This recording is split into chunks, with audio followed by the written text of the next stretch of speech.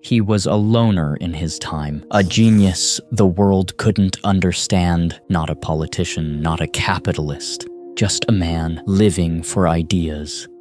Nikola Tesla, born on July 10, 1856, in Smiljan, Lika, then part of the Austro-Hungarian Empire, now part of Croatia. From an obscure village in Europe, he lit up America only to die in darkness, forgotten by the very nation he had illuminated. His father was Milutin Tesla, a priest of the Serbian Orthodox Church, and also the son of Nikola Tesla, grandfather of the inventor bearing the same name. This grandfather had once been an officer in the French Imperial Army during the Napoleonic Wars, and rose to the rank of sergeant before retiring to marry Anna Kalinic, daughter of a well-respected colonel in the region. After Napoleon's defeat, Tesla's grandfather returned to Lika, a land that had by then been annexed into the Austro-Hungarian Empire. There, he had two sons, Milutin and his older brother, Joseph, along with three daughters, Stanka, Janja, and one whose name is unknown. Both Milutin and Joseph were sent to the Austrian Military Officer Training Academy, following their father's career path. Joseph advanced rapidly, becoming a mathematics professor at a prestigious military academy and the author of several standard mathematics textbooks. In contrast, Milutin took a different turn after a small incident, being reprimanded for not properly polishing his brass buttons, which led him to leave the army and enroll at the Orthodox seminary in Plasky, determined to become a man of faith.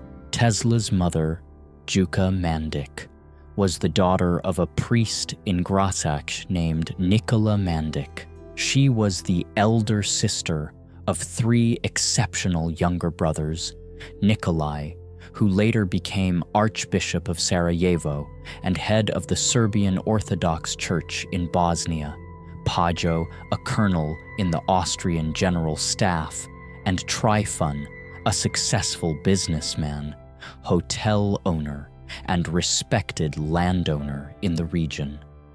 Though a devoted housewife, Juka stood out for her keen intellect, dedication, and remarkable creativity. She often invented, then improved, household tools with her own hands to enhance their efficiency. To Tesla, she was the greatest inventor he had ever known, a source of creative inspiration who guided him until her death in 1892. As for Milutin, he was an excellent student, graduating with honors in 1845. 2 years later, in 1847, he married Juka Mandik, who was then just 25 years old. He was later appointed as bishop of the parish of Senj by the Adriatic coast. The young couple lived in a small house perched on a cliff facing the sea, where they began building a family. Juka gave birth to their eldest son, Dane, 1848, first daughter, Angelina, 1850, and second daughter, Milka, 1852. However, the salty coastal air and the meager salary deteriorated Milutin's health. Eventually, he was reassigned to the Church of Saints Peter and Paul in the village of Smiljan, a name meaning place of sweet basil, located in the remote countryside of the Lika province. There, Milutin was granted ownership of a fertile plot of land, a picturesque farm, and even a precious Arabian horse, a gift from a Turkish pasha in Bosnia in gratitude for Milutin's help to several local Muslim believers. Not only a model priest and devoted husband, Nikola Tesla was also a brilliant intellectual. He built a vast library with hundreds of volumes on religion, mathematics, science, and literature, all written in various languages. He was also a cultural reformer, regularly writing for numerous newspapers and continuously promoted the establishment of language schools, where Serbs could learn to read and write in their native tongue. Exactly at midnight between July 9 and 10, 1856, amid a violent thunderstorm, Nikola Tesla was born. 3 days later, he was baptized in his own home, and as if fate had already been sealed, the name Nikola was also registered in the 1st Lika Regiment under the 9th Medak Company, a military unit he was required to join at the age of 15 by law at that time. According to many accounts, Nikola Tesla's childhood was a peaceful and laughter-filled time.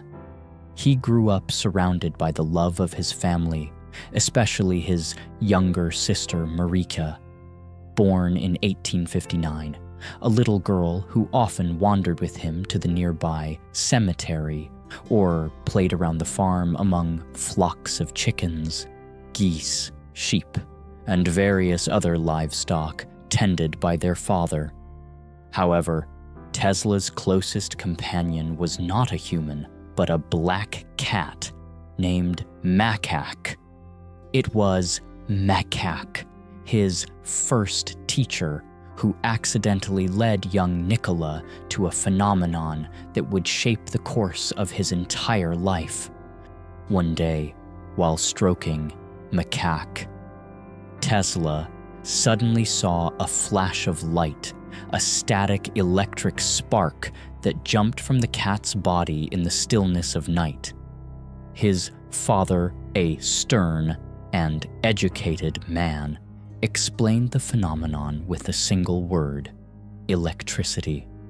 And that moment sparked a magical fire in the boy's mind. Soon after, Tesla witnessed another strange sight.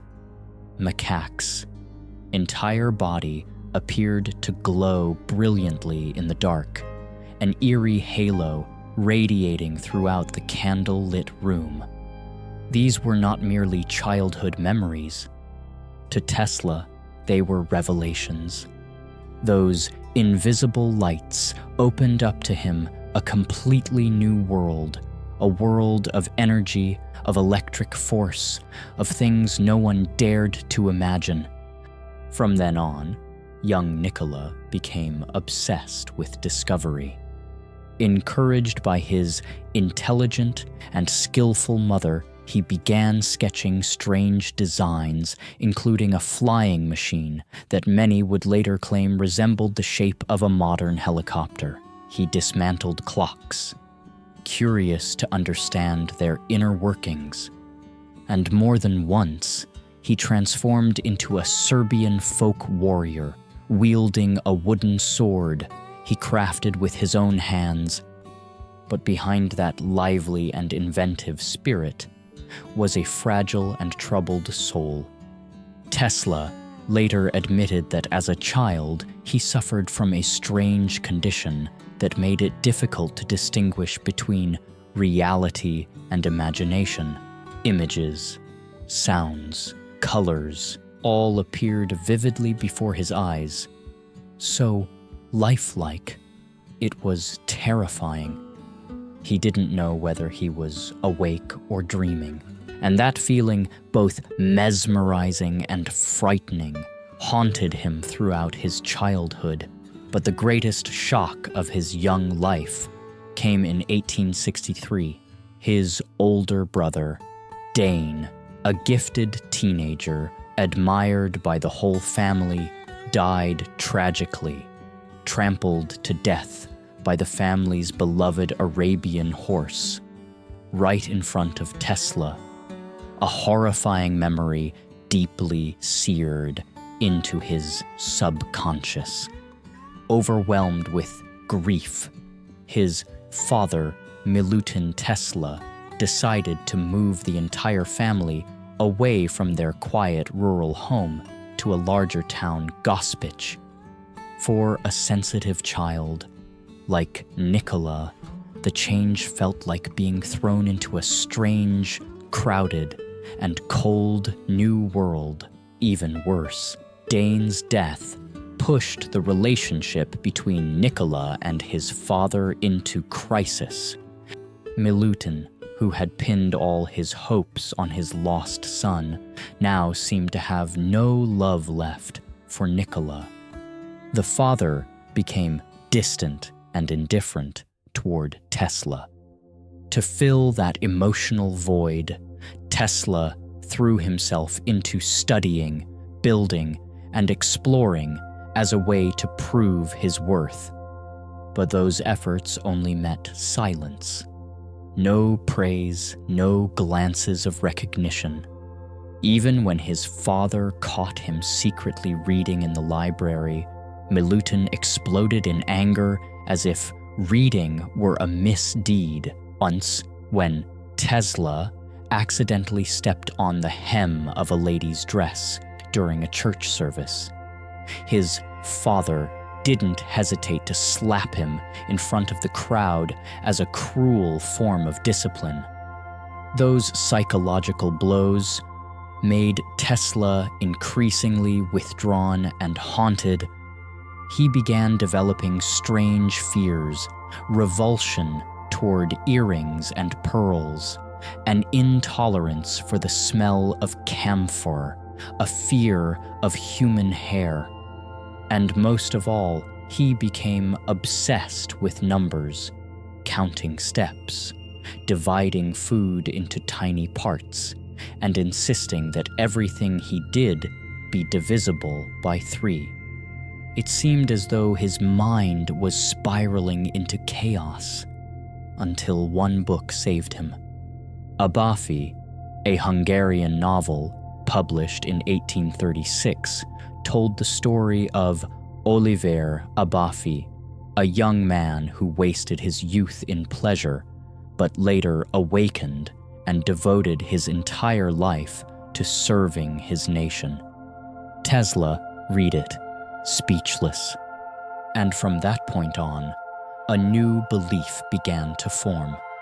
Life wasn't just about oneself, it was for a greater purpose.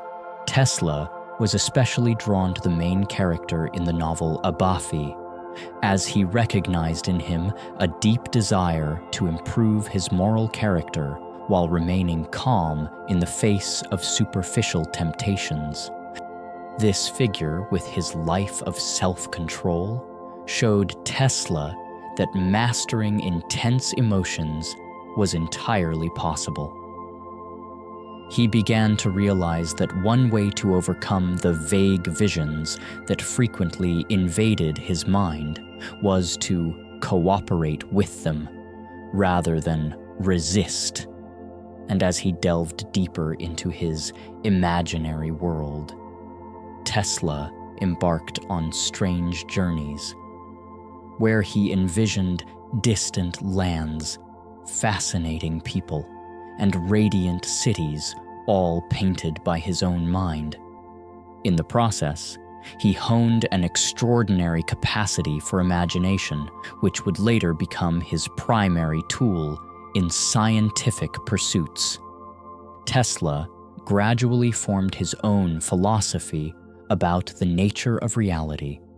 He believed that every image in the mind could be traced back to something one had once seen, smelled, or touched, a mechanical way of thinking about the world that he would pursue to the very end.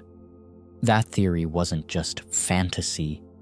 Tesla was once praised as a hero by the local fire brigade after he instinctively spotted a minuscule kink in a fire hose.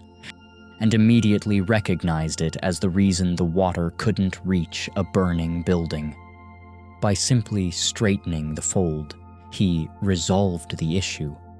This acute perception was further nurtured at the Real Gymnasium High School in Gospic.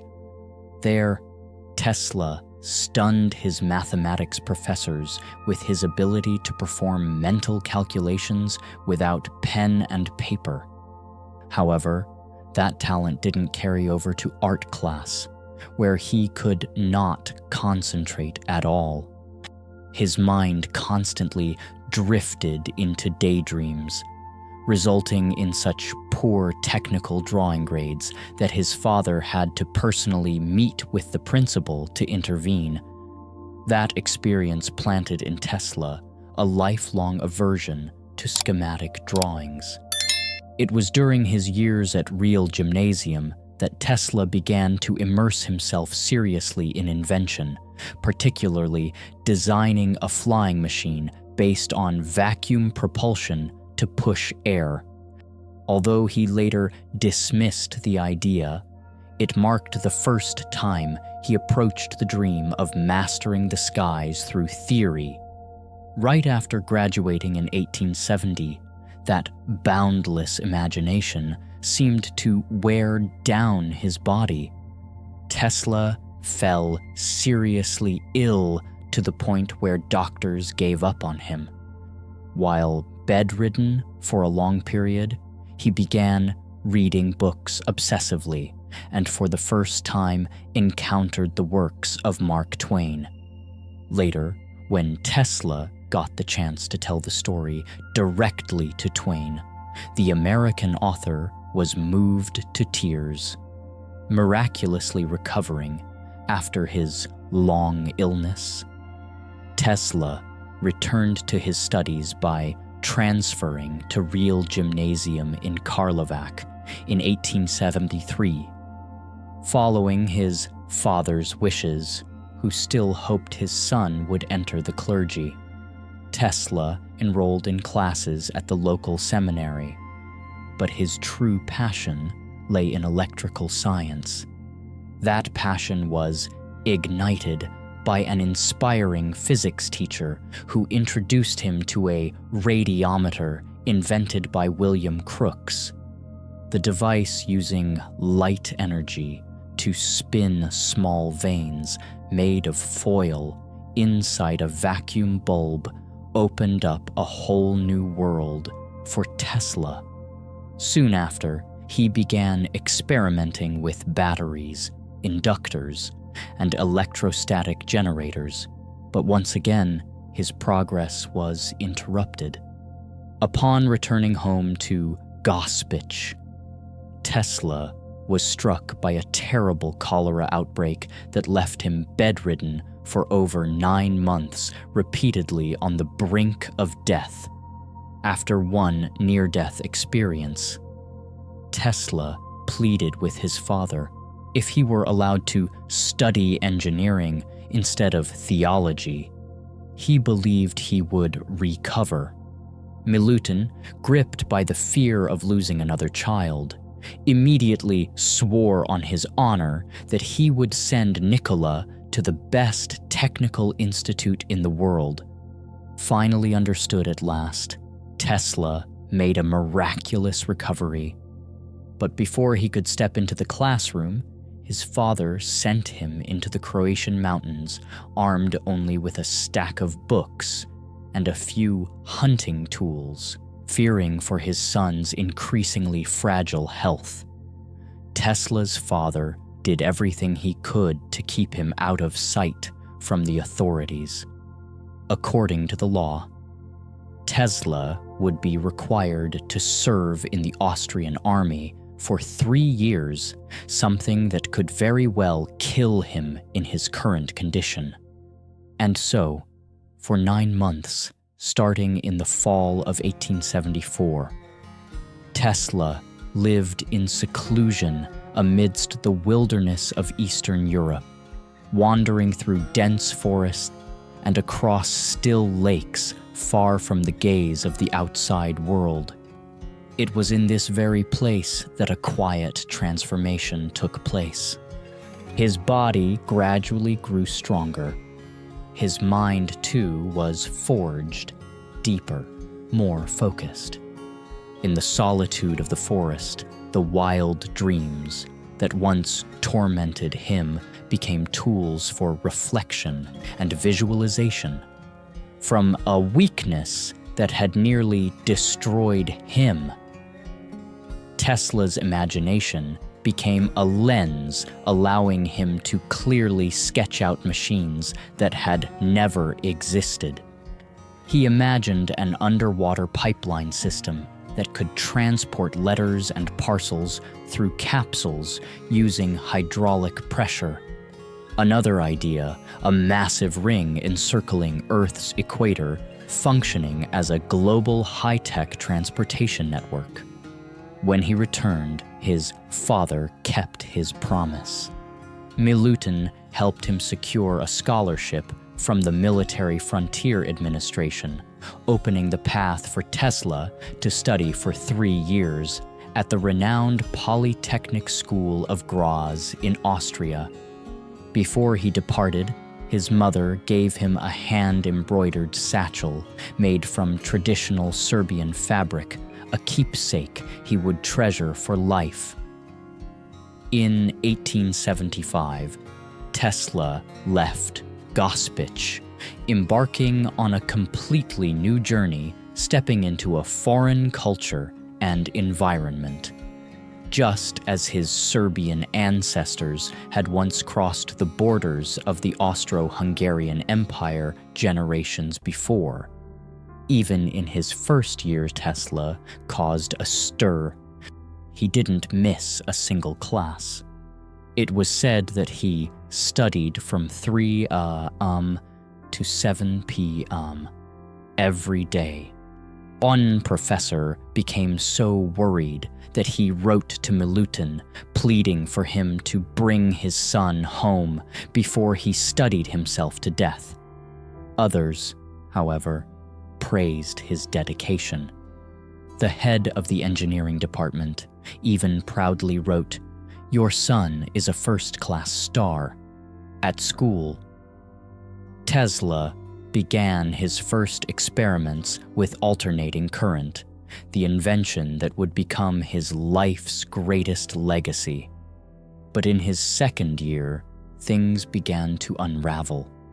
Tesla fell into temptation. Gambling, a destructive habit that cost him even his tuition money. With that came a steep decline in academics, poor grades, failed exams, and an unrecorded final semester. Tesla was forced to leave the school. In December 1878, a painful fall he kept secret not only from his family, but even his friends out of guilt, shame, and disappointment in himself. In 1879, Tesla entered a period of voluntary exile. He moved to Maribor, a small town where he worked as a draftsman, earning 60 florins per month. In his spare time, he continued gambling, now with the locals. But that period was short-lived. Soon after, Tesla was arrested by police for not having a valid residence permit. He was escorted back to Gospic under armed guard. Back home, Tesla had little time left with his father. Just 1 month later, on April 17, 1879, Milutin passed away. The father, who once dreamed of his son becoming a priest, now closed his eyes with bitter regret. His son had been branded by society as a wanderer immersed in vice and failure. And though the two had never truly understood each other, that death was a loss nothing could replace. Unwilling to watch his brilliant nephew waste his potential, in January 1880, 2 of Tesla's uncles pooled together enough money so he could begin studying at the Charles Ferdinand University in Prague. Although Tesla did not meet the language requirements. Specifically, students had to be fluent in both Czech and Greek. He was determined to pursue an academic path. Nonetheless, however, things did not go smoothly. Not only did he face a language barrier, but Tesla also arrived too late to officially enroll in classes. As a result, during his time in Prague, he was only permitted to attend lectures, unable to sit for official examinations. By 1881, Tesla found his first job at a telecommunications company in Budapest called the American Telephone Company. There, he was hired as an electrical engineer by Tivadar Puskás, who had once collaborated with Thomas Edison, the father of the electric light bulb, at the Menlo Park Laboratory. Thanks to his diligence and relentless creativity, Tesla quickly became a valuable employee, frequently sharing his discoveries with his close colleague, Nikola Tesla. It was also during this time that he continued to quietly pursue the concept of alternating current. Tesla proposed that a new type of motor powered by phase-shifted circuits could sustain continuous power output to generate a stable electric current.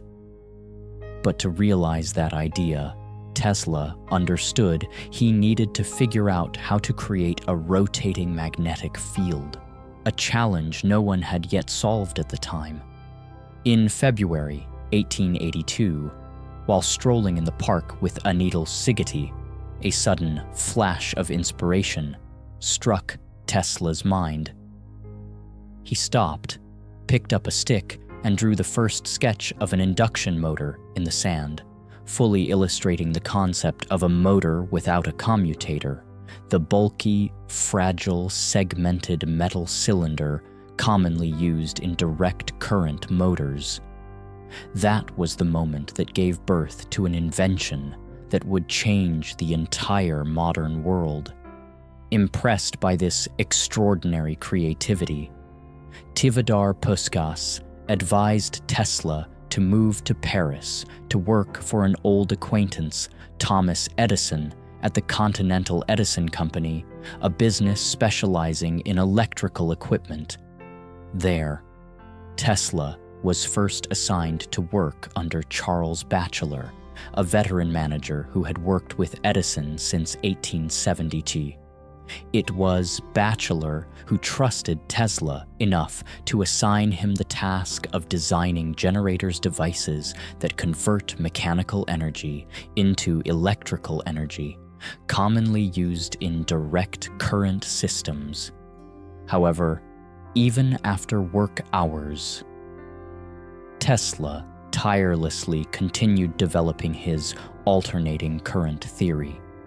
When sent to Strasbourg to oversee a project, he secretly built the first prototype of the induction motor, but sadly, no one truly paid attention to his idea.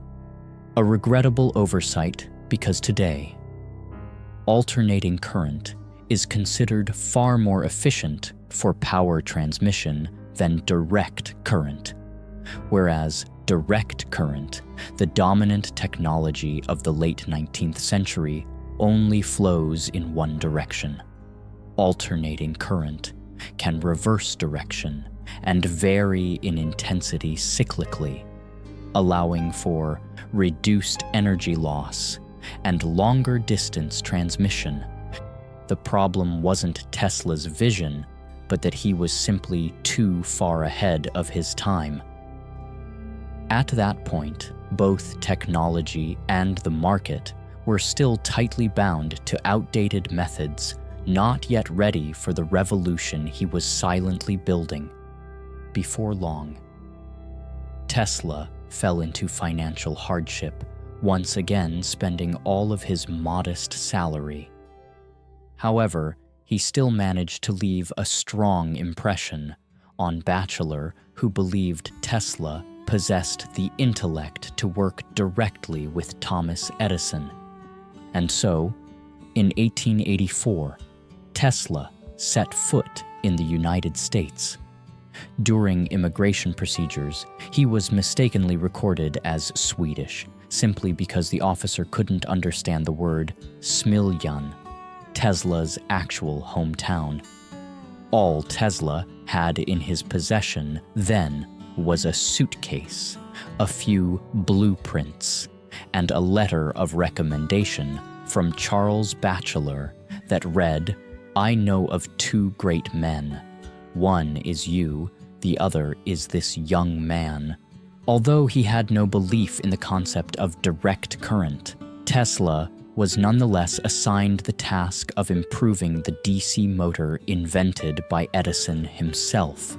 Edison, who adamantly insisted that the alternating current devices envisioned by Tesla were too dangerous and impractical, a seemingly minor ideological disagreement, but one that would grow into a lifelong rivalry, forced to develop a technology he didn't believe in.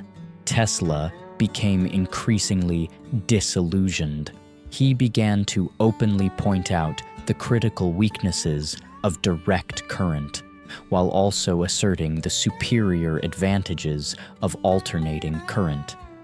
According to him, Edison's DC system was extremely inefficient. It could only emit dim light for bulbs while consuming a considerable amount of electricity. Instead, Tesla proposed an entirely different direction, designing generators based on what he called the polyphase principle, where energy is continuously recycled through the spiral flow of electricity, because he believed that electricity was, by nature, a cyclical entity. Tesla also emphasized a serious drawback of direct current. It required the construction of very expensive power plants, spaced only about 2 miles apart, because DC could not maintain high voltage over long distances. In contrast, Tesla argued that alternating current, with its energy direction changing 50 to 60 times per second, was vastly more efficient. It had the flexibility to sustain high voltage, minimizing power loss during long-distance transmission. Thanks to that feature, to this day, the entire modern power grid still uses alternating current.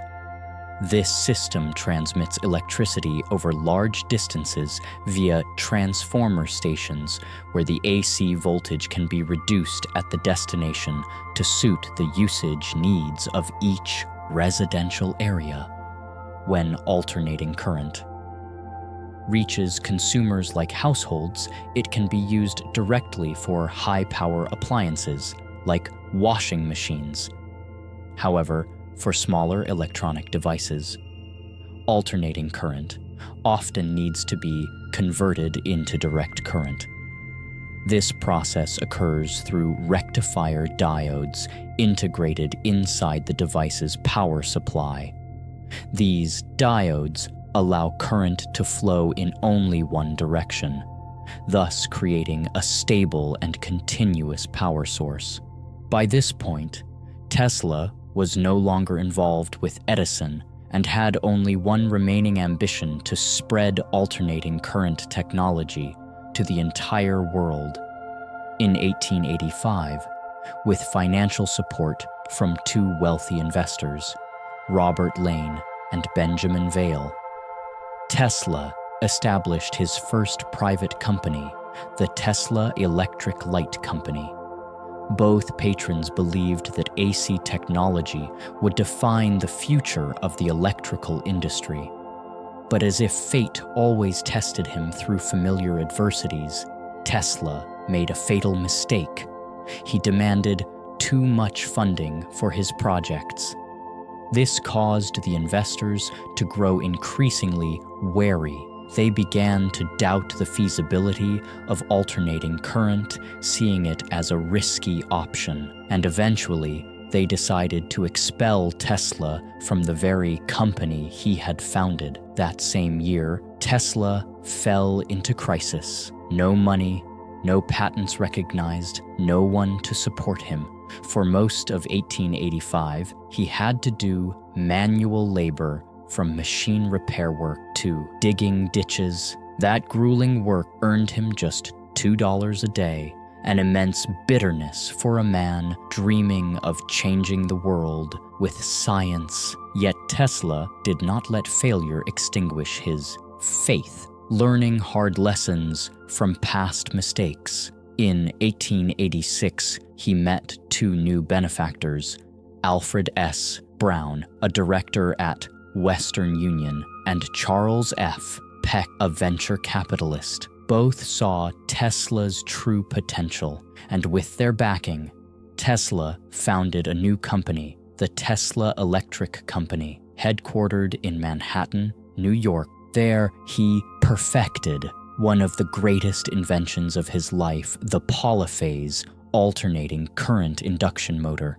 Just 2 years later, in 1888, Tesla astonished the scientific community when he officially unveiled this invention before the American Institute of Electrical Engineers (AIE) through a groundbreaking paper titled A New System of Alternate Current Motors and Transformers. The presentation not only caused a major stir in academic circles, it also caught the attention of a man capable of changing everything, a powerful figure, a businessman, unafraid to challenge Edison, a man who believed ACK was the key to the future. That man was George Westinghouse. George Westinghouse, the famed inventor of the air brake system for railroads and head of the Westinghouse Electric and Manufacturing Company, was thoroughly impressed when he visited Tesla's laboratory just days after the public presentation.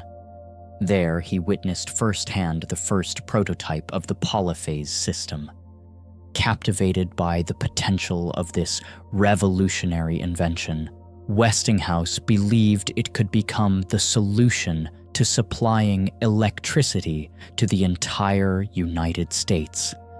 Without hesitation, he decided to purchase all 40 kilowatts of Tesla's pioneering patents, including generators, motors, and transformers, essential components of the polyphase AC system.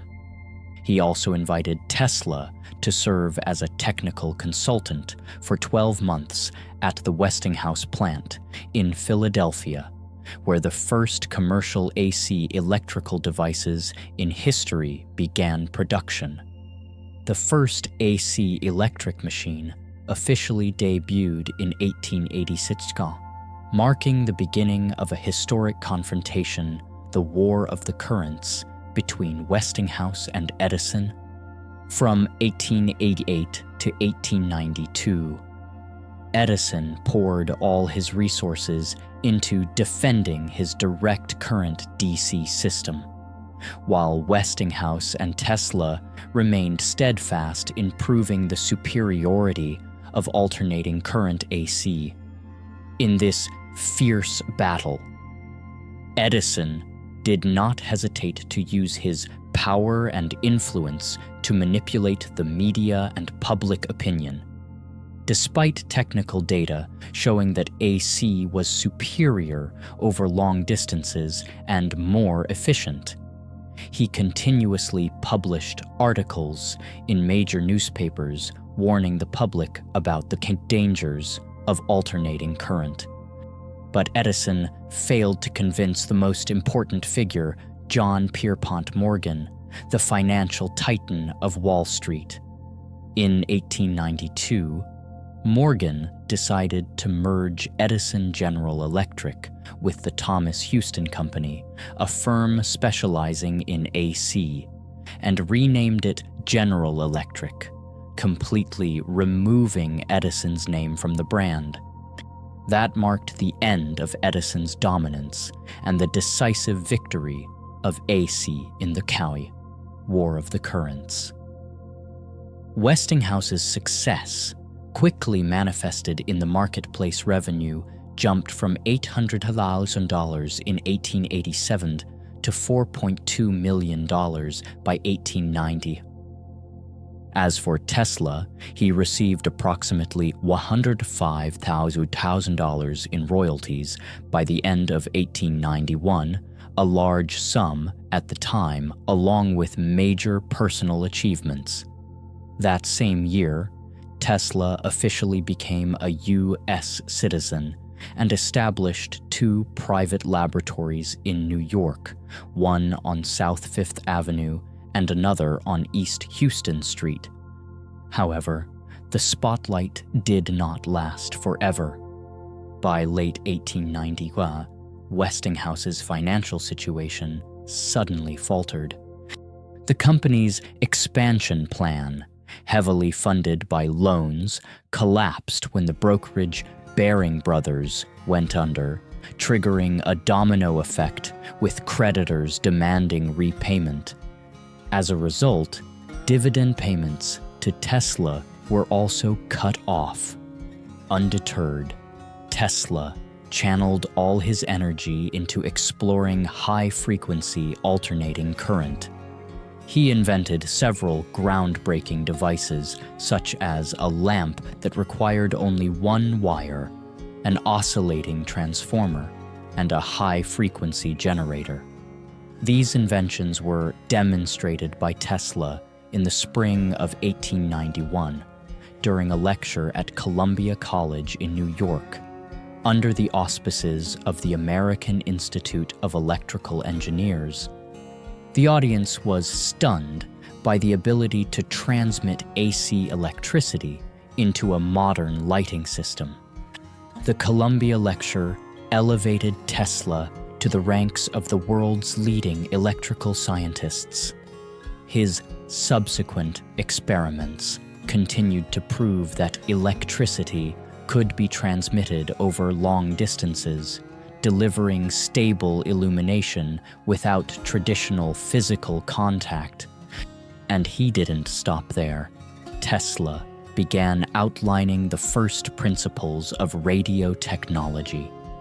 At a 1893 lecture at the Franklin Institute, later published by Century magazine, he introduced the concept of wireless telegraphy and emphasized the importance of grounding both transmitter and receiver, an idea that left the entire auditorium in stunned silence. That same year, Tesla's company achieved a brilliant victory, perhaps the greatest of his career up to that point. At the 1893 World's Columbian Exposition in Chicago, the entire exhibition was illuminated using alternating current, a spectacular triumph over General Electric, even though Tesla had to pay over $1 million more for it. Just a year later, in 1894, Tesla received widespread acclaim in the scientific community. He was awarded honorary doctorates from both Columbia University and Yale, along with the prestigious Elliott Cresson Medal from the Franklin Institute. Fortune continued to smile on him when the Tesla Electric Company was awarded the contract to build the first hydroelectric power plant at Niagara Falls. Tesla's childhood dream finally came true in 1895 when the official design was unveiled. The Niagara Power Facility was not only a large-scale project, it marked the complete failure of the direct current energy school. The world came to see Tesla as the man who had opened the future of humanity. He was awarded the Danilo Medal by King Nicholas of Montenegro, one of many global honors he received. But then, tragedy struck without warning. In March 1895, Tesla's New York laboratory was engulfed in flames. In moments, the fire consumed his entire body of early research, hundreds of models, notes, scientific instruments, and photographs, all worth up to 50,000, gone without a trace. Instead of collapsing, Tesla calmly stepped through the ashes. By the very next year, 1896, he had already begun applying X-ray technology, just weeks after German scientist Wilhelm Röntgen announced its discovery. Tesla astonished the scientific community by publishing the first X-ray photograph of a human being in the Electrical Review using an X-ray tube he designed himself. Not stopping there, he began developing early components for radio transmission. In 1896, Tesla successfully built a device capable of receiving radio waves and tested it at the Gerlich Hotel, where he was living on 27th Street, Manhattan, by transmitting signals from his lab on South Fifth Avenue. By 1898, Tesla stunned all of New York when he demonstrated a radio-controlled boat at Madison Square Garden, a device he called the Tell-Automaton. A year later, in 1901, Tesla was granted a patent for a system of wireless transmission of electrical energy, an invention he believed would change the world forever. Between 1899 and $1900, with financial backing from John Jacob Astor, who paid $100,000 for Tesla to develop a new lighting system, he completely veered off the agreement. Instead of working on the contract, Tesla moved to Colorado Springs, where he announced his intention to explore a mysterious phenomenon he called standing waves on the Earth, which he believed was the greatest discovery of his life.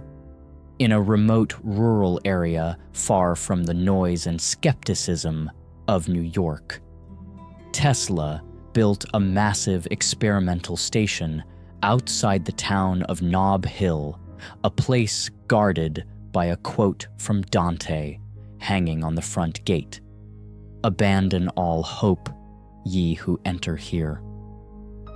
There, Tesla discovered that the Earth has electrical potential and could serve as a perfect medium for wireless power transmission. When his massive Tesla coil was powered up, it emitted sparks up to 30 feet 9 meters long, which could be picked up by antennas placed 10 miles 16 kilometers away.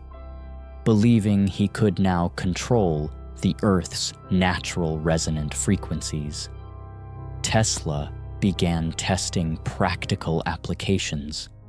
In one demonstration, he lit up 200 light bulbs from a transmitter located more than 26 miles 42 kilometers away. No one had ever seen it. No one had ever imagined it. But Tesla made it real. Based on the phenomenon of stationary electromagnetic waves, Tesla successfully created artificial lightning right inside his laboratory. He emphasized that the discovery of stationary waves and how they interact with the Earth opened up profound implications for the future of humanity. This was a great discovery that Tesla would dedicate most of his remaining life to studying, because he believed it could allow energy to be transmitted over long distances without the need for any wires. In fact, Tesla once hoped that someday his work would provide clean and free electricity for the entire world. But like many other radical ideas, that dream could only survive with backing from investors. People like J.P. Morgan, who cared only about profit and were willing to fund projects only if they promised financial returns. As a result, many of Tesla's imaginative inventions were stifled under the pressure of a practical, profit-driven market. During this fertile period of research, Tesla made a shocking announcement. He believed he had made contact with extraterrestrial beings. According to his account, one night, one of his receivers picked up a series of repeating sounds, strange beeping noises. They were so regular, Tesla suspected it wasn't random interference, but a deliberate signal coming from an intelligent entity. In January 1901, he publicly announced this hypothesis in a letter to the American Red Cross. Though many people doubted and mocked him, there were also many who believed his story.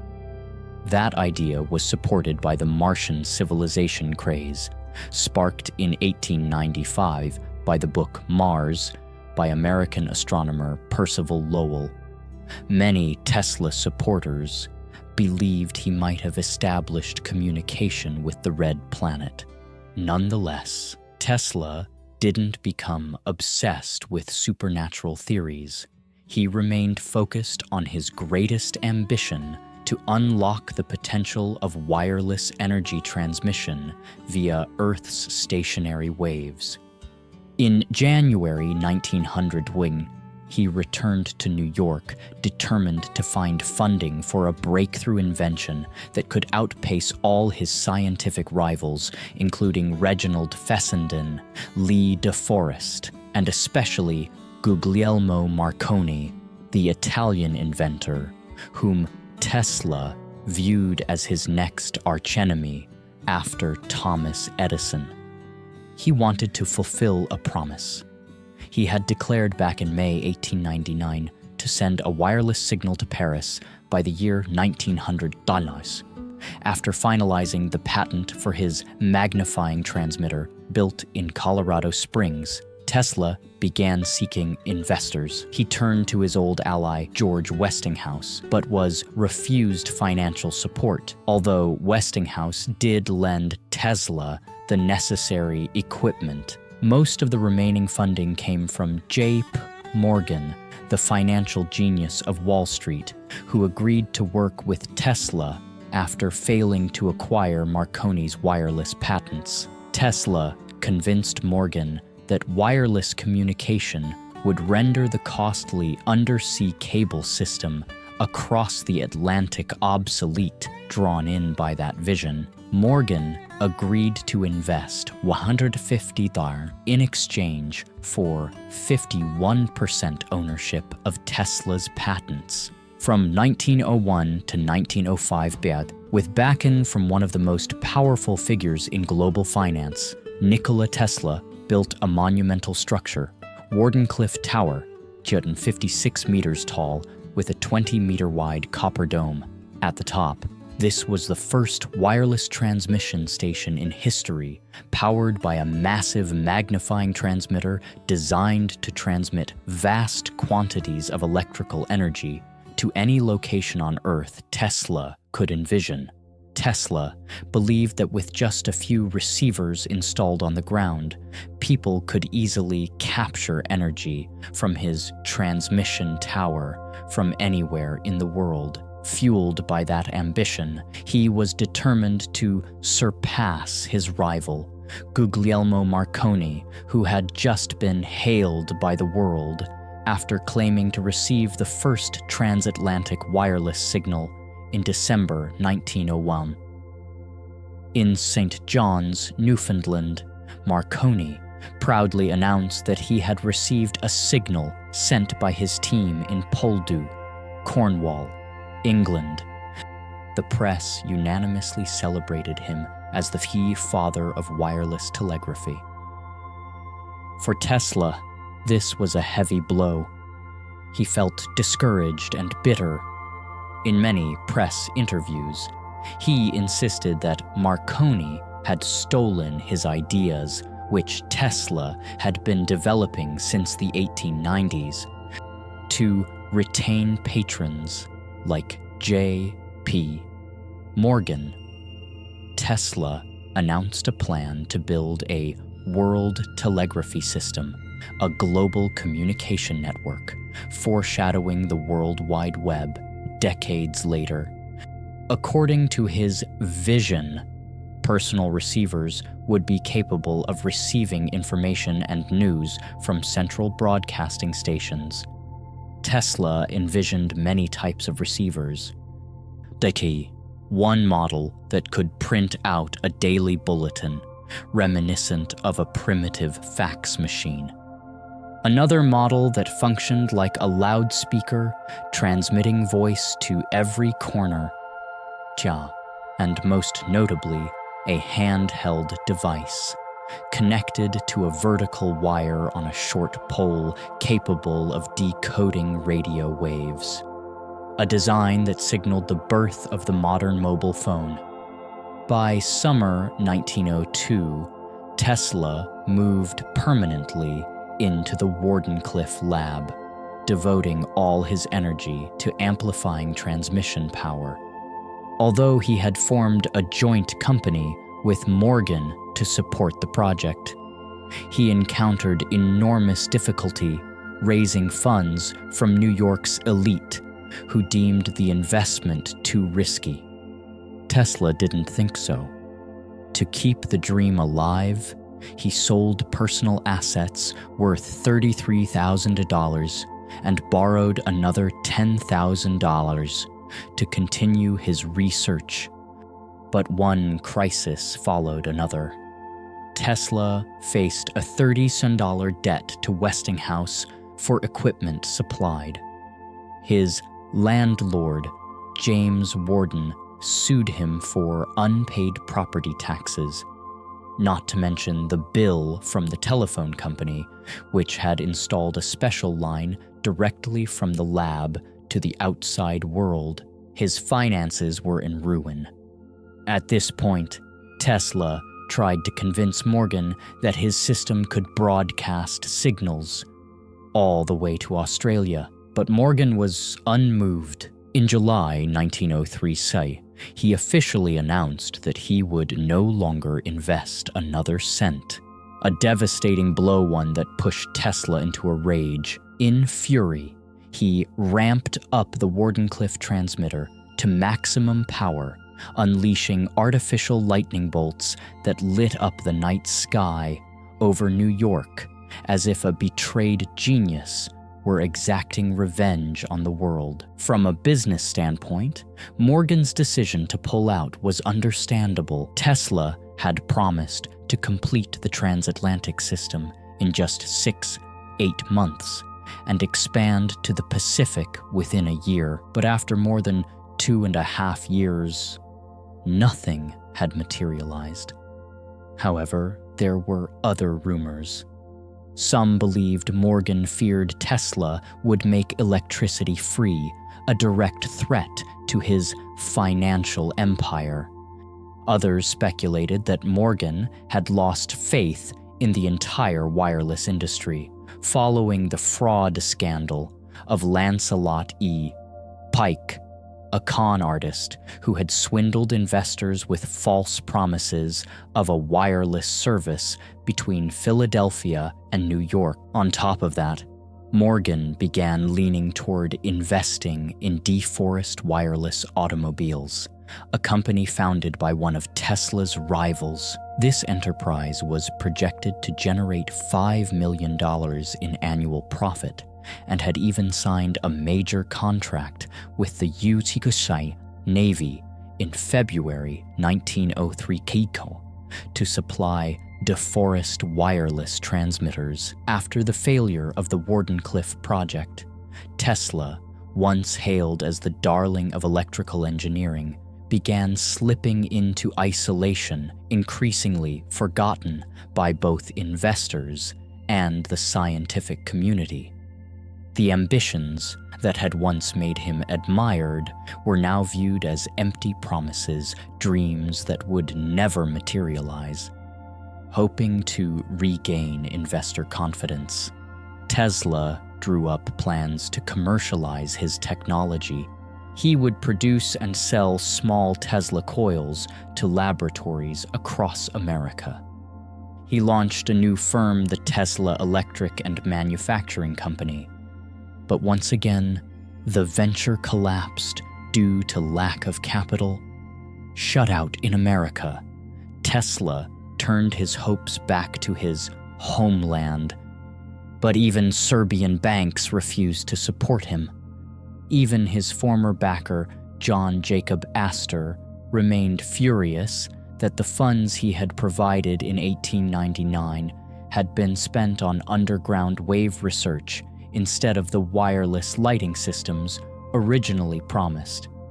In early 1904, Tesla began offering technical consulting services and partnered with businessman William B. Rankine to harness energy from Niagara Falls.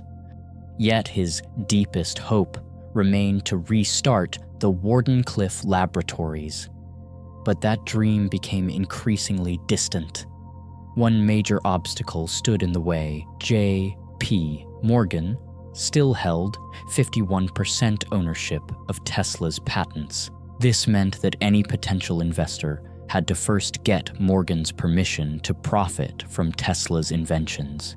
In response, Tesla sent Morgan a series of desperate letters filled with pleas, passion, and frustration. Some were elaborate pitches promising unrealistically massive returns. Others were raw with emotion, filled with anger and accusation, denouncing the injustice he faced. Unable to raise the financial support he needed and still struggling to maintain the Wardenclyffe site, Tesla fell into a deep crisis. The situation worsened with the sudden death of Rankine and the collapse of Canadian Niagara Power in autumn 1905. Tesla's fragile mental state began to deteriorate rapidly. Always fascinated by psychology, he later spoke in the 1920s to writer George Sylvester Viereck about that mental breakdown, referencing Freudian theory. He recalled being haunted by hallucinations of his long-dead brother Dane and his late mother. By 1906, Tesla began to recover. With determination to start over, he shifted his focus from electrical systems to mechanical engineering. His new goal to create a breakthrough invention in aviation, something that could fund the revival of Wardenclyffe. That same year, having run out of money, Tesla was forced to mortgage the Wardenclyffe land to George C. Bolt, the owner of the Waldorf Astoria Hotel, where Tesla had lived for years. Out of this period of struggle emerged his invention of a bladeless turbine, a device based on a completely new principle. Tesla had unshakable faith in the design, but when he approached John Jacob Astor for support in 1909, the financier once again refused to invest. Still, Tesla pressed on. In October 1909, he was granted 2 new patents, one for a pump and one for the turbine itself.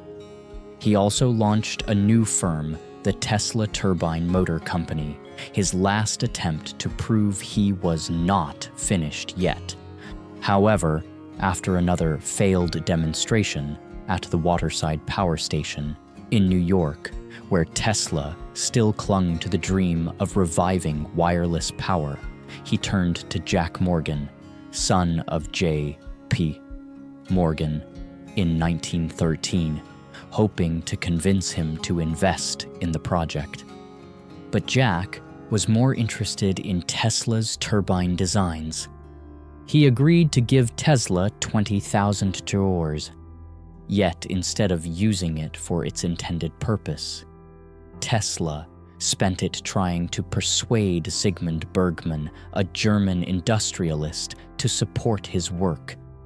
The plan quickly fell apart.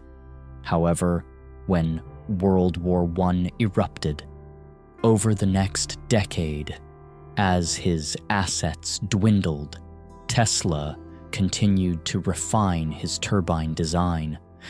He partnered with manufacturers like Pyle National in Chicago, Alice Chalmers in Milwaukee, and Budd Company in Philadelphia. But despite all efforts, Tesla couldn't solve a critical technical issue when the turbine operated above 10,000 RPM. The thin internal discs would warp, and no material existed strong enough to prevent it. This was the fatal flaw that sank the entire project. Unable to maintain cash flow for his inventions, and with extravagant spending habits, Tesla's bank accounts dried up. By 1916, he was forced to file for bankruptcy. Tesla admitted that his monthly income had fallen to just $350, $400, not even enough to cover a $935 tax debt owed to the New York Treasury. Technically, he was still president and treasurer of the Nikola Tesla Company, but over 90% of its shares were now held by bankers, creditors, and friends, and most of his patents had already expired. Tesla was nearly penniless. In an effort to salvage his legacy, in August 1915, he sued Guglielmo Marconi, accusing the Italian inventor of illegally appropriating Tesla's radio patent back in 1904. But the lawsuit led nowhere, and Marconi retained official recognition. It wasn't until 1943, just months after Tesla's death, that the U.S. Supreme Court overturned the decision, acknowledging Tesla as the original pioneer. Around the same time, to survive, Tesla began focusing on smaller inventions in the automotive sector. He designed devices such as speedometers, frequency meters, and flow meters, licensing them to the Waltham Watch Company in 1918. The company quickly used his name as a marketing tool, promoting products as scientifically crafted by the genius Nikola Tesla. Despite personal hardship, Tesla's name still commanded respect in both scientific circles and the press. In 1917, he astonished the scientific world by predicting a device that could use microwave radiation to detect ships, an idea far ahead of its time, and the foundation for radar technology in the 1930s. Tesla was not without admirers. In 1915, the New York Times reported that he would share the Nobel Prize in Physics with Thomas Edison, his former colleague, now bitter rival. But at the ceremony, the honor went instead to William H. Bragg and his son. Tesla was said to have refused the prize if he had to share it with Edison, and he could never forgive the Academy for previously recognizing Marconi as the father of radio in 1909. Nonetheless, in 1917, Tesla finally received formal recognition from the scientific community. He was awarded the Edison Medal, the highest honor of the American Institute of Electrical Engineers. At the ceremony, the vice president of the institute declared, "If we were to seize and eliminate from our industrial world the results of Mr. Tesla's work, the wheels of industry would cease to turn, our towns would be dark, our mills would be dead. His name marks an epoch in the advance of electrical science." And yet Tesla, with his enduring humility and eccentric nature, cared little for accolades. Right before the medal presentation, he quietly left the Engineers Club where the ceremony was taking place and walked to Bryant Park, nearby, to feed the pigeons. His close friend and the man who had nominated him, B. a Barrand, had to rush through the city to find him. He finally spotted Tesla standing in silence among the birds, alone in the twilight, in the heart of glittering New York, still the same man, out of step with his time, despite everything. Nikola Tesla, ever cunning, still knew how to exploit the controversy surrounding him to turn situations to his advantage. At one point, he offered the management of the Governor Clinton Hotel a working prototype of the death ray, valued at up to $10,000, as compensation for a $400 debt he had yet to pay. But he didn't stop there. Tesla warned them that the box containing the device could explode if mishandled, sending hotel staff into a panic, and they immediately stored it deep in the basement. Eccentric as it was, the device quickly attracted international attention. Tesla began negotiating with the League of Nations, the British government, and even the Soviet Union. In April 1935, the Soviets signed a contract, pledging that Tesla would provide all necessary information to build the weapon. However, there is no clear evidence that Soviet scientists ever conducted any serious research. The project gradually unraveled in January 1938, when the British ended negotiations with Tesla. But the true death blow came in 1940, when he left the White House in despair, empty-handed after one final attempt to persuade the UBLK government to adopt the death ray as a wartime weapon in World War II.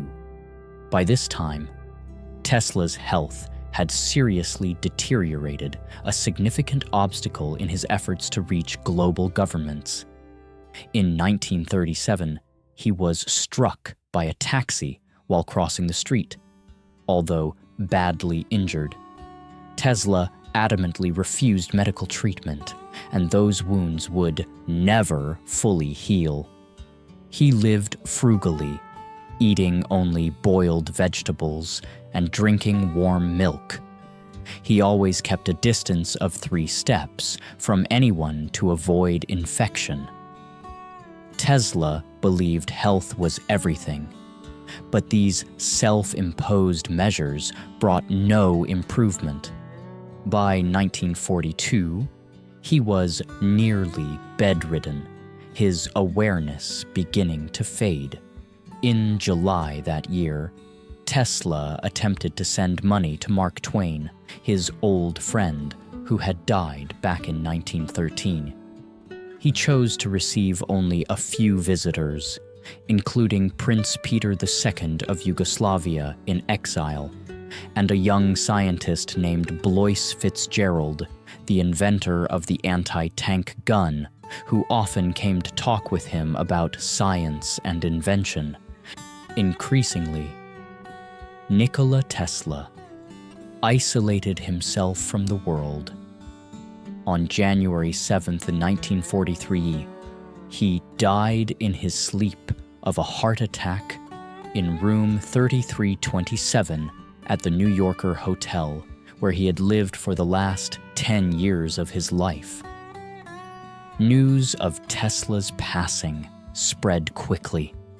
He received hundreds of condolences from prominent figures in science and politics, from First Lady Eleanor Roosevelt, Vice President Henry Wallace, to numerous Nobel Prize-winning scientists. His funeral was held on January 12th at the Cathedral of St. John the Divine in New York City, with over 2,000 attendees. The rites were conducted by the Serbian Orthodox Church. Nikola Tesla, who left behind more than 700 patents for humanity, was later cremated. His ashes were placed in a golden sphere, which is now displayed with honor at the Tesla Museum in Belgrade.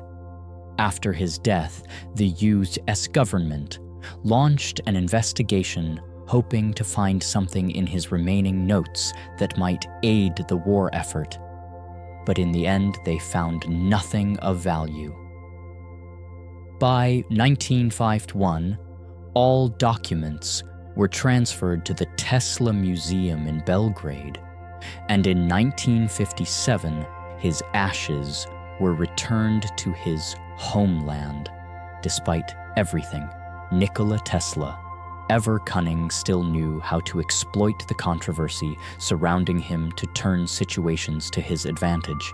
At one point, he offered the management of the Governor Clinton Hotel a working prototype of the death ray, valued at up to $10,000, as compensation for a $400 debt he had yet to pay. But he didn't stop there.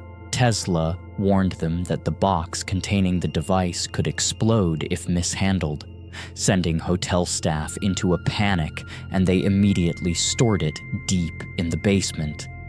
Eccentric as it was, the device quickly attracted international attention. Tesla began negotiating with the League of Nations, the British government, and even the Soviet Union. In April 1935, the Soviets signed a contract, pledging that Tesla would provide all necessary information to build the weapon. However, there is no clear evidence that Soviet scientists ever conducted any serious research. The project gradually unraveled in January 1938, when the British ended negotiations with Tesla, but the true death blow came in 1940 when he left the White House in despair, empty-handed, after one final attempt to persuade the U.S. government to adopt the death ray as a wartime weapon in World War II. By this time, Tesla's health had seriously deteriorated, a significant obstacle in his efforts to reach global governments. In 1937, he was struck by a taxi while crossing the street. Although badly injured, Tesla adamantly refused medical treatment, and those wounds would never fully heal. He lived frugally, eating only boiled vegetables and drinking warm milk. He always kept a distance of 3 steps from anyone to avoid infection. Tesla believed health was everything, but these self-imposed measures brought no improvement. By 1942, he was nearly bedridden, his awareness beginning to fade. In July that year, Tesla attempted to send money to Mark Twain, his old friend who had died back in 1913. He chose to receive only a few visitors, including Prince Peter II of Yugoslavia in exile, and a young scientist named Blois Fitzgerald, the inventor of the anti-tank gun, who often came to talk with him about science and invention. Increasingly, Nikola Tesla isolated himself from the world. On January 7, 1943, he died in his sleep of a heart attack in room 3327 at the New Yorker Hotel, where he had lived for the last 10 years of his life. News of Tesla's passing spread quickly. He received hundreds of condolences from prominent figures in science and politics, from First Lady Eleanor Roosevelt, Vice President Henry Wallace, to numerous Nobel Prize-winning scientists. His funeral was held on January 12 at the Cathedral of St. John the Divine in New York City, with over 2,000 attendees. The rites were conducted by the Serbian Orthodox Church. Nikola Tesla, who left behind more than 700 patents for humanity, was later cremated. His ashes were placed in a golden sphere, which is now displayed with honor at the Tesla Museum in Belgrade. After his death, the U.S. government launched an investigation hoping to find something in his remaining notes that might aid the war effort, but in the end they found nothing of value. By 1951, all documents were transferred to the Tesla Museum in Belgrade, and in 1957, his ashes were returned to his homeland. And yet, for decades after, the mystery surrounding Tesla's death ray remained unsolved. The Yukon government continued to deny possessing. One of Tesla's microfilms documents rumored to contain the weapon's blueprints, even though official records confirm they analyzed his materials thoroughly for more than a month after his death. But the truth behind those denials has never been verified. Born into a Serbian family on the borderlands of the Austro-Hungarian Empire, Tesla's childhood was a pastoral dream, growing up among fields, barns, and graveyards, playing for hours with his siblings and his beloved cat, Macaque. It was Macaque who first awakened Tesla's lifelong obsession with electricity. When the cat's fur unexpectedly sparked a mysterious glow, a moment that ignited Tesla's fascination with invisible energy and how it shaped the physical world. As a child, Tesla suffered from strange conditions, from vivid mental imagery so strong that he could see imaginary objects like they were real, to obsessive habits like counting every step, every spoon, every tick of the clock. He was the very embodiment of the eccentric genius, a man who believed with unshakable conviction in the power of his own creative vision. He presented his inventions like theatrical performances, dazzling, dramatic, unforgettable. The journalist Arthur Brisbane, writing for New York World, once described him as a luminous creature, as if light was radiating from every pore from his fingertips to the ends of his hair. By the mid-1890s, Tesla stood at the pinnacle of fame. His work stretched across many scientific fields, laying the foundation for the future of energy and telecommunications. But behind the towering intellect, Tesla carried a fragile soul. He never married, never built a family. He gave everything to science, yet the weight of failure, the burden of expectation, often left him plunged in despair or swept up in rage when things didn't go as planned. Many of Tesla's tragedies stemmed from his absolute confidence in his own theories. He spent most of his life on experiments, many with no commercial value, and was known to burn through funding without hesitation, only to seek more. That pattern, over time, eroded the trust and admiration of those who once believed in him. By the end of his life, Tesla lived in poverty, holed up in New York hotels, a forgotten genius, hidden away in a city of glittering lights. In the early 1930s, as his health declined, Tesla once again drew global attention with his claims of building a death ray, a laser-like weapon that could end all wars. An idea too grand, too ambitious, and like so many others, it would never be realized.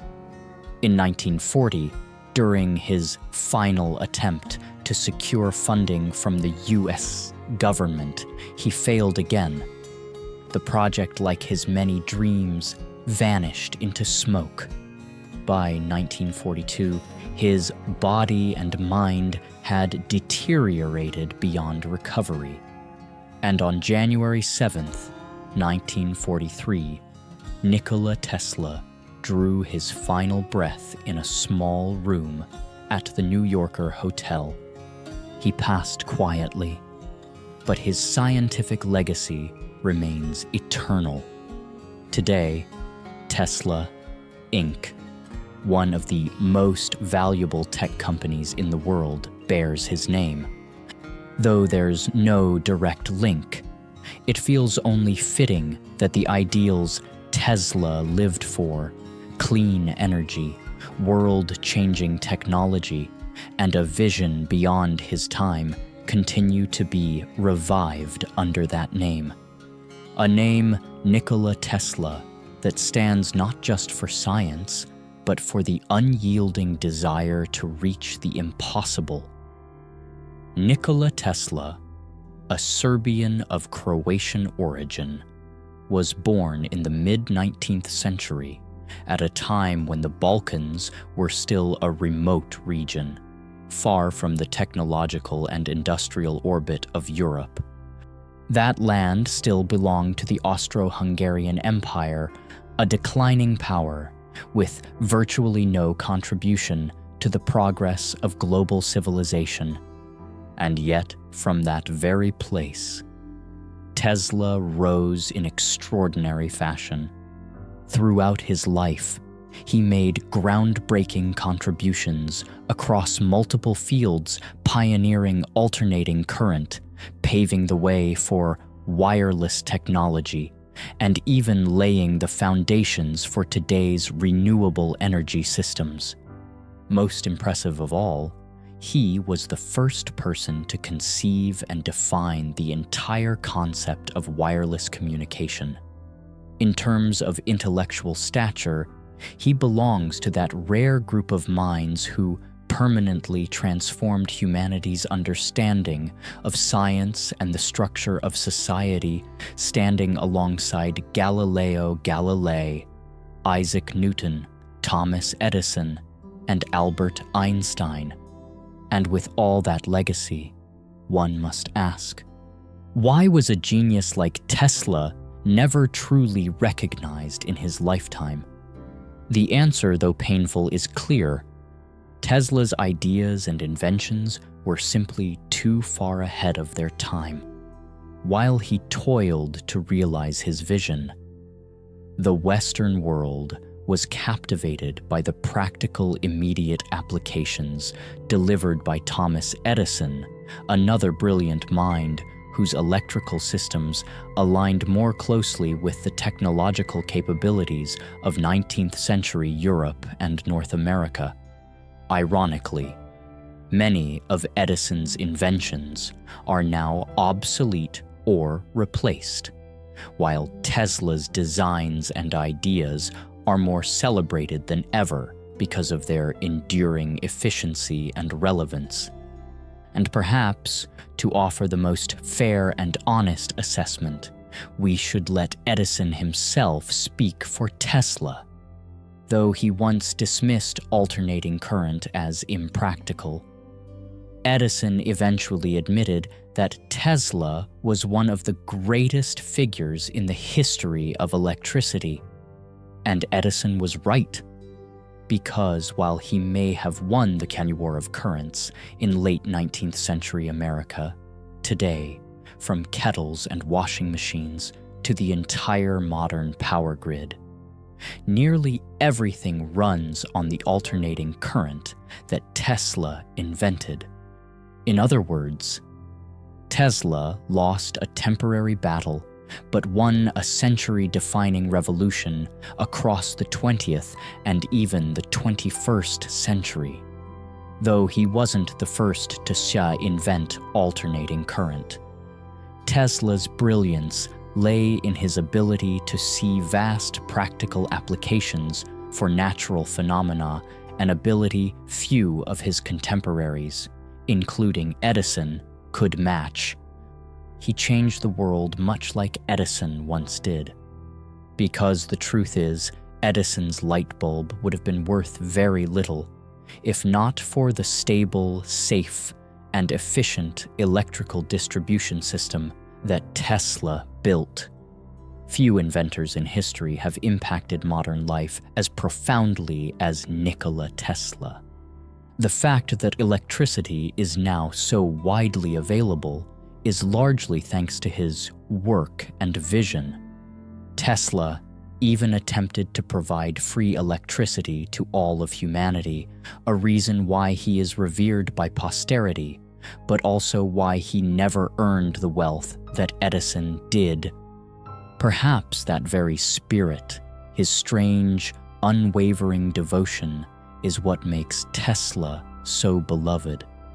Like Einstein and a few other great minds, Tesla represents the classic archetype, the eccentric scholar, isolated in a world of equations and experiments, devoting his life solely to knowledge and the future of mankind.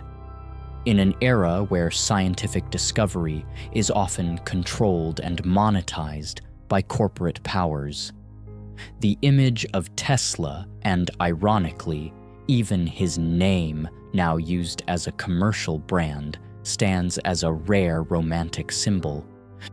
That a lone individual with nothing but intellect and faith can still change the entire world. Nikola Tesla was such a man.